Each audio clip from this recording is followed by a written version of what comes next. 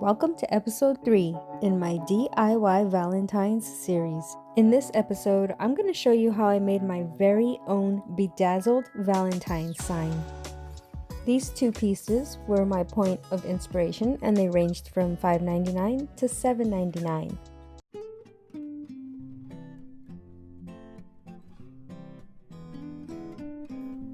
Here are the supplies that I bought from Dollar Tree. This unfinished wood sign, this was the only one they had, and this wooden plank that I had to cut down to size.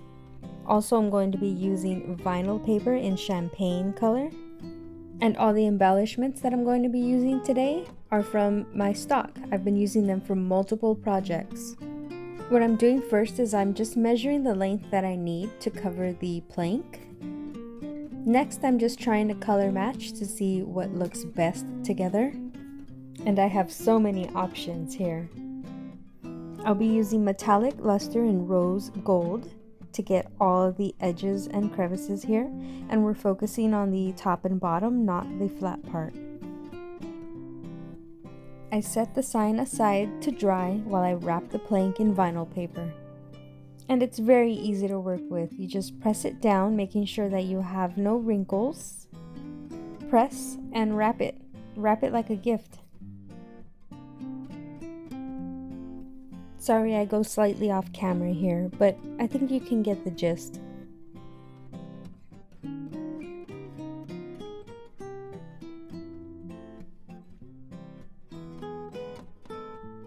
This is where you put your creativity to work. I'm going to cover the O's with the champagne paper.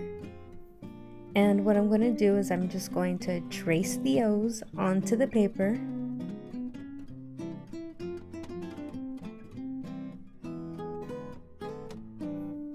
I'm going to cut the O's out, keeping right inside the black line.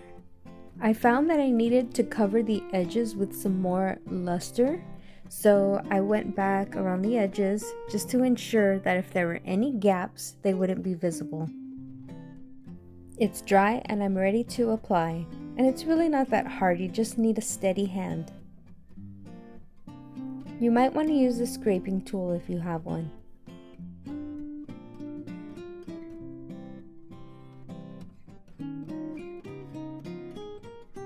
Don't worry if your paper overlaps the edges. You can use a nail file to just give it a nice clean seam.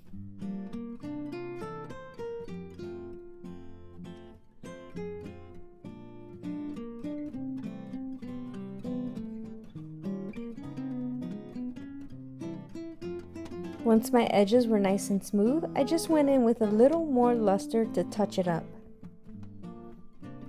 I'm going to use this glittery craft paper again, like you saw in my last video. We're going to trace the shape of the X, cut it out, and apply this one. I'm using every scrap that I have.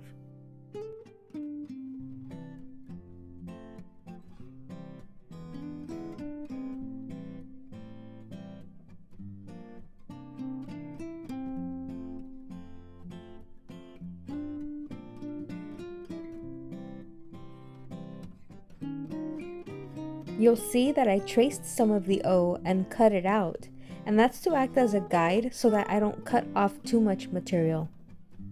I use hot glue to apply it, and I use a swiping motion to make sure that I'm spreading the glue underneath so that it doesn't feel lumpy. You can mark as needed to cut.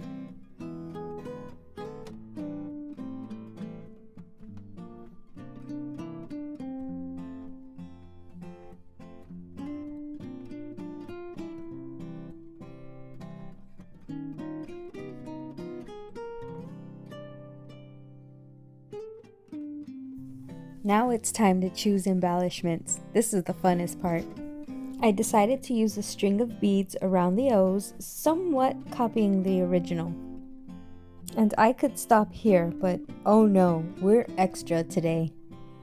Next, I bedazzled the X's with these pink pearls, and it's starting to look really cute. And we're just gonna keep going. I took these necklaces apart and added more bedazzling. I'm just getting started. Here's some glossy Mod Podge and an assortment of beads. And I'm going to flood the O's with Mod Podge, add some sparkles, and keep going.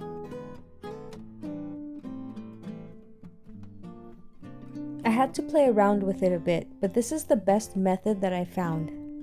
Before flooding, I placed all my large pieces. They're Dollar Tree stickers, so I just stuck them on.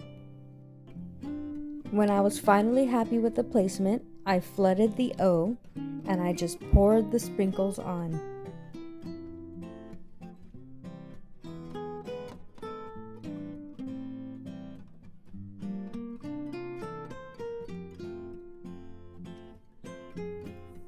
Next, I'm going to add another layer of Mod Podge over the top while pressing the beads down to lay flat. And I'm going to clear them away from the tops of the larger embellishments.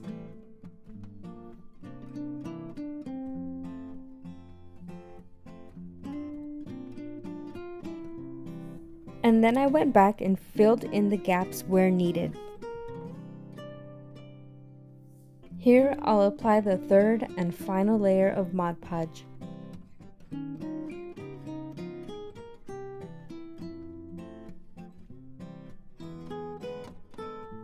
I let it dry overnight, and here it is, beautiful and sparkly.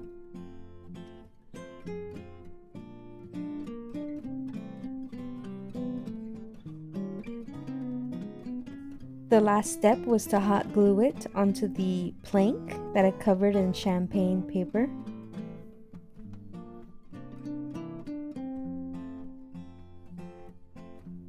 Here it is, it's finished. So what do you think? Is it too extra? Would you have stopped putting beads on it at some point?